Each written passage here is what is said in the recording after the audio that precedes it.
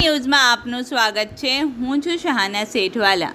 ગુજરાત રાજ્ય એસટી નિગમના વડોદરા વિભાગના પાનીગેટ ડેપો ખાતે આજ રોજ તારીખ 30 જૂનના રોજ વયમર્યાદાને કારણે નિવૃત્ત થતા કર્મચારીઓ કરામત ખાન પઠાણ, સુરેશભાઈ મકવાના અને હનીફભાઈ શેખનો ભવ્ય વિદાય સમારંભ ડેપો મેનેજર શ્રીમતી પાયલબેન પટેલના અધ્યક્ષ સ્થાને યોજવામાં આવ્યો હતો।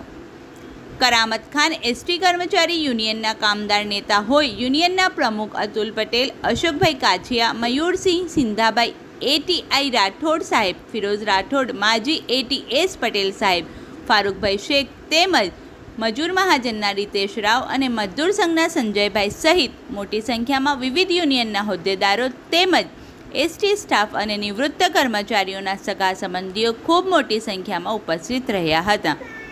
હાજર તમામે શુભેચ્છા પાઠવી ફૂલહાર અને શાલ ઓઢાડી નિવૃત્ત કર્મચારીને ભાવભીની વિદાય આપી હતી। અંતમાં સમૂહ ભોજન લઈ કાર્યક્રમની પૂર્ણાહુતિ કરવામાં આવી હતી। રિપોર્ટ પઠાણ રહીમ ખાન।